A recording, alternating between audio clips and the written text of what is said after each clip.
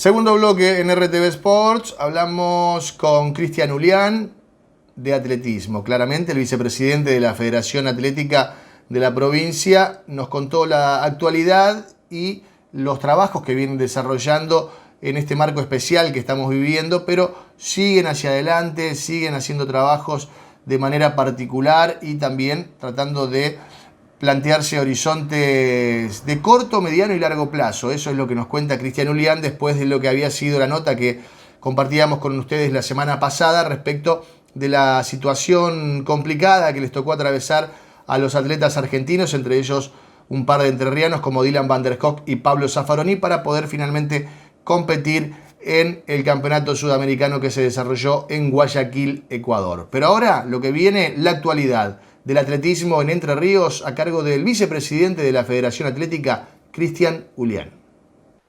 Bueno, nosotros viendo que la pandemia se iba a quedar por un tiempo importante afectando nuestras vidas, el año pasado, junto con Juan Ignacio, con mi hijo y con un grupo de técnicos, hicimos un estudio, hicimos más de 160 entrevistas a los atletas de U16 hasta mayores, y ahí surgió que los atletas estaban en aquel momento, en agosto, sufriendo y mucho el encierro, que estaban con ansiedades, que habían aparecido síntomas de nerviosismo, de decaimiento, de un montón de cuestiones que afectan psicológicamente al atleta, hábitos de comida, de sueño, y ese informe lo tengo, tanto así que la Confederación Argentina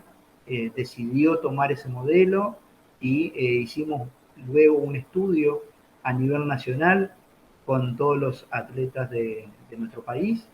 Respondieron casi 2.000 atletas, casi la totalidad de los atletas que están afiliados a la Confederación Argentina, y ahí hemos identificado algunas cuestiones que también deben marcar la gestión de los próximos años en nuestro deporte. Tal es el caso de muchos jóvenes que practican, no se hacen los controles médicos anualmente, no hay un control sobre los alimentos, no hay un plan nutricional, Claro. y tampoco cuando ya llegan a cierta edad, digamos U18, por ahí la suplementación es algo que o lo hacen en forma particular sin consultar a un médico o directamente no lo hacen, y estamos hablando de atletas que tienen más de 6 estímulos semanales, que es un gran esfuerzo físico y que sin duda requiere para ser competitivos en muchos casos poder acceder a ese suplemento. Suplemento que por otro lado también nos coloca en un desafío nuevo, que es el del financiamiento de ese suplemento. Claro, poder adquirirlos. Hoy, para que así los televidentes también puedan entender un poco cómo está armado un presupuesto de un atleta, el suplemento quizás es un 50% de los costos fijos que tiene el atleta, y después tenés todo el tema de indumentaria. Nosotros tenemos atletas que nos han representado en mundiales, en panamericanos, en sudamericanos, y han obtenido podios, y por ejemplo Sergio Pandiani hace Decathlon, tiene 6 zapatillas diferentes que utilizar. Cada zapatilla en muchos casos está arriba de los 20.000 pesos. Las becas de ENAR en algunos casos son de 8.000 pesos, 9.000 pesos, algunas llegan hasta 35.000 pesos mensuales. Y la beca provincial es un solo aporte anual que ronda los 25.000 pesos.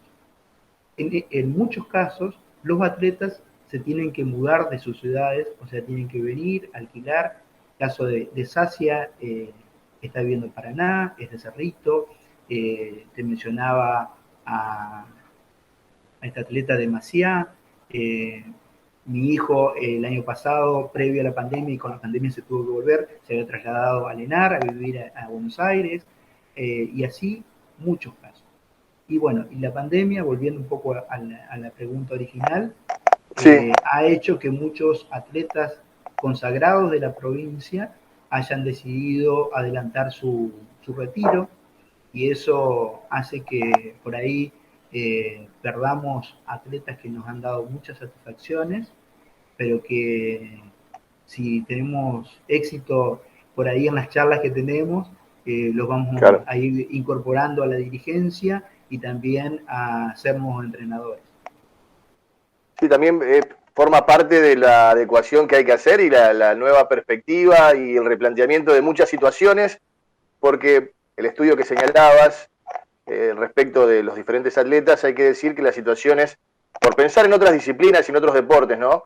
El encierro afecta diferente, la ansiedad obviamente es importante en cada una de las personas, pero el atleta necesita un campo abierto, generalmente se lo imagina, sobre todo pensando en los corredores, hacer un estímulo en tu casa, en la habitación o en el mejor de los panoramas, que tengas un espacio en el patio y demás, conlleva esto a una frustración, imagino, muy importante y que el estudio seguramente lo ha reflejado de esa manera.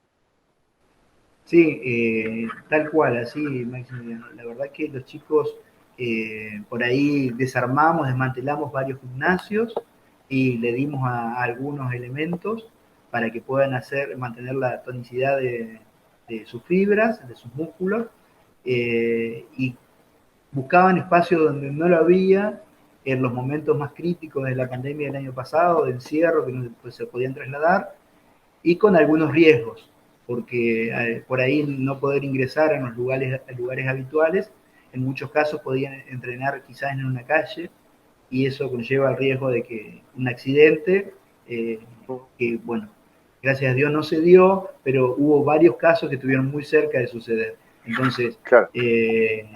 quizás así como se ha tomado la prioridad en cuanto al sistema educativo, cuando se trata del mediano y alto rendimiento, quizás los espacios que son abiertos, que no son de mucho riesgo, deberían permanecer abiertos porque realmente el desarrollo de un deportista lleva mucho tiempo y destruir toda esa planificación en muy pocas semanas se pierde todo ese trabajo. Y en ese sentido, también rescatar el trabajo de la federación en cuanto a ser la primera federación en el país que presentó el protocolo de COVID, y ese mismo protocolo fue tomado por la Confederación Argentina para ser presentado como el protocolo del atletismo a nivel nacional. Así que la federación realmente estamos muy orgullosos del trabajo del equipo de la Federación Atlética de Entre Ríos en todos sus niveles, en los chicos que hacen su gran esfuerzo, en los entrenadores que dan su mejor capacidad y en los dirigentes que siempre están a disposición para atender las demandas tanto de los atletas, que son los más importantes en nuestra disciplina, como de los entrenadores para generar las condiciones. Ahora lo que se está preparando es los atletas que van a participar del Sudamericano U20, que es muy probable que por la situación que se está desarrollando en la región, sea posterior, y sea la primera vez que sucede así, sea posterior al campeonato mundial. Así que bueno, nosotros en el campeonato mundial está previsto que participen al menos 3 atletas. Uno es Dylan van der Hoek, que competiría en los 3.000 metros con obstáculos. Seguramente va a participar Pablo Zaffaroni en salto con garrocha. Y Nazareno Sacia ya pasó la edad, así que estamos viendo a ver qué otros atletas puede llegar a clasificar. Pero están en esas instancias. Nazareno Sacia va a participar del Juegos Panamericanos seguramente. Y hay un tema que es importante. Los 3 atletas que te mencioné han sido tentados para irse a estudiar a diferentes universidades. Tengo entendido que Dylan van der Hoek va a continuar con sus estudios universitarios en Estados Unidos. Dylan lo confirmó en este programa, Cristian, justamente esta situación en estos Estados Unidos, que había sido becado y que lo están esperando, creo que para agosto, septiembre, algo así, era la fecha que él tenía previsto, para justamente seguir con su carrera deportiva y también académica en este caso, porque tiene la posibilidad de estudiar también en Estados Unidos. Claro. Y lo mismo sucede con que ya está viviendo hace un año en Estados Unidos, Inés Macadán, una fondista que fue subcampeona sudamericana, U18, y participó de las instancias preliminares a los Juegos Olímpicos de la Juventud. Inés, que es de la ciudad de Galarza. Bueno, y así también se va drenando la matrícula, por decirlo de alguna manera, de los atletas, y está muy vinculado al financiamiento, más allá de la oportunidad académica, que para un deportista acceder a una universidad que quizá el rango del costo de matrícula anual es de $40.000, lo cual sería casi imposible para muchos de ellos. Sin dudas, por ahí no contar con la infraestructura o con el financiamiento para sostener a nuestros deportistas, como sucede en otras disciplinas deportivas, los chicos terminan yéndose del país. Y quizás con ellos también la posibilidad de que los que vienen en escuelita puedan entrenar diariamente con una persona que tiene todo un recorrido, a pesar de su corta edad,